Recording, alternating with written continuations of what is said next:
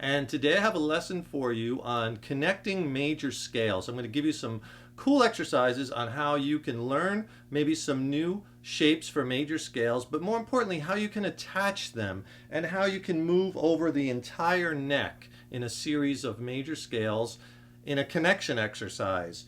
So this is invaluable because major scales are so important because, like most scales, they're the building blocks to licks and melodies, right? And major scales are awesome to play because you get that sweet major sound, as well as, you know, major scales, that's the elemental constant. That's what everything refers back to, the major scale in music theory.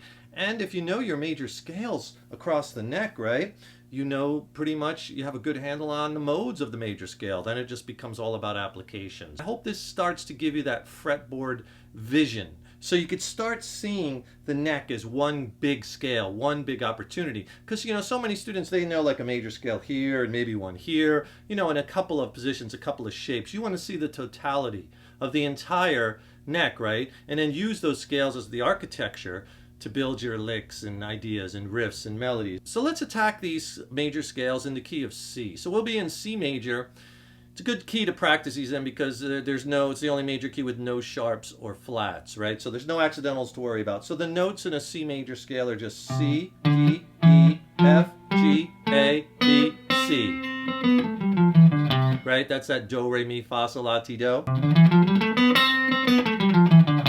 Okay, so let's start here on the 3rd fret of the A string. That's our C note, and let's play this major scale. And keep in mind too, there's lots of different ways to play major scales. I'm just going to show you some ways that make these connections very easy. We're going to slide into them, but there's a lot of different ways that you could learn this. So here's the first C major scale. We're going to end up on this high C on the 8th fret of the high E string. Right, so get that one under your fingers. Maybe play it like with an 8th note feel, 1 and 2 and 3 and 4 and then you might want to play it with like a swing feel. Right, the doo-ba doo-ba doo-ba doo-ba. And you know, then you could play it with hammer-ons. Okay, get that under your fingers. Ascending and descending. But what we're going to do is when we get up to the high part of the scale on the high E string, now when we're on the high E string and our last note, we're going to slide up a whole step. And we're going to do this again in the position after this next one. So just remember, high E string, whole step slide. So we're going to slide from the 8th fret C to the 10th fret D, and then we're going to play here's the next major scale shape, and then I'll show you how we'll connect them. And there's our C note on the 8th fret of the low E string. So important, know where your C notes or your root notes are in whatever scale you're playing. Here they are in the first scale. Right? And then we have these. And sometimes it helps to see these scales drawn out on paper, and I could help you with that. Click in the link in the YouTube's description box below, and I'll send you a free killer ebook I put together that has these major scales diagrammed out across the whole neck, tons of other scales diagrammed across the whole neck, as well as in that ebook there's tons of lessons on soloing strategies and music theory, and also there's lessons on modal playing and modal application, how you can start applying major scales to get to the modes of the major scales. Application, musical context, it's all in there. I'll send you that and a free video lesson, so take advantage of it. It's really cool. It's a resource, that ebook, that you'll use throughout your guitar journey. So here's how we'll connect the two of them together. Here's the first shape.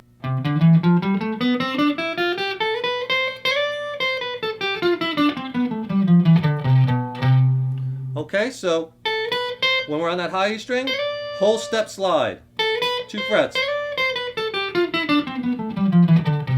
And you descend down this new shape, and then when you get to the low E string on that B note, use your first finger to go up a half a step, and then we'll find the C. That's an important note. That major 7th is always a half a step below the root. In this instance, it's B, going B to C. And then we're going to play this C major shape.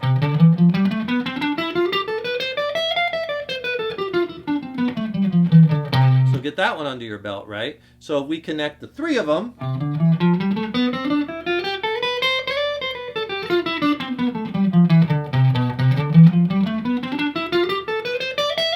Okay, now we're up here on our 13th fret F note on the high E string, and what do we do on that high E string is we slide up a whole step, right, to the 15th fret, our G note, and then we're going to play this shape.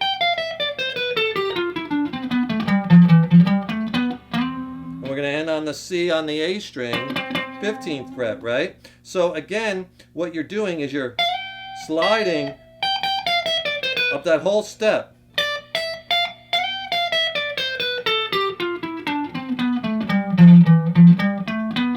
We got to kind of go back to because I want you to end on that C note with your first finger again, because guess what? We're going to do another one. So far the exercise looks like this. Slide up whole step with the pinky. Play the second shape. First finger on the C note, low E string, next shape. High E string, whole step, slide up again. Descend down and go back up to that C note, first fret on the first finger, 15th fret, and then when you get there,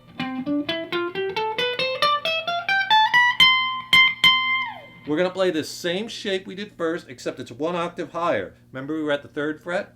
Now we're at that 15th fret, so just play the same exact thing, and we'll end on the high C. Look at this, we've covered the entire fretboard in major scales, going, you know, ascending up, descending down, right? Ascending up, descending down, ascending up, and you're learning these shapes. And then once you know the shapes, obviously, when you're playing and jamming, you're not going to be playing the scale, every single note in the scale from root to root, because it'll sound very sterile. But again, this is the architecture you want to have down, because then it's going to make the licks easy, as I'm going to show you in the next lesson when we apply this and learn some licks. So here's the whole exercise.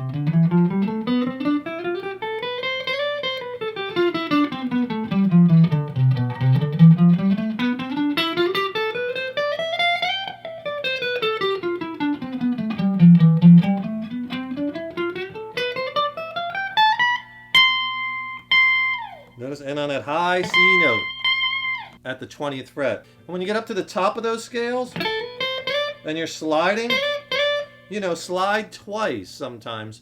Just start to hear what some riffs will start to sound like, right?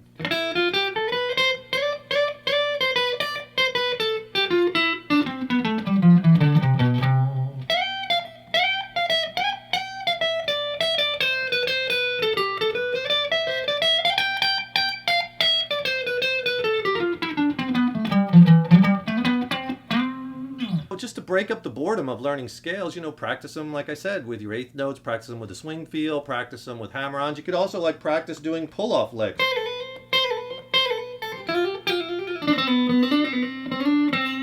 Right? Hammer-ons and pull-offs within the scale. You'll get tons of lick ideas will start coming to you and kind of resolve between that B to the C, that major 7. That's great resolution to our root note. Enjoy that exercise, work those scales up. Thanks so much for tuning in. We so appreciate your support over the years. And remember, your guitar playing is an evolution. Take care and rock on.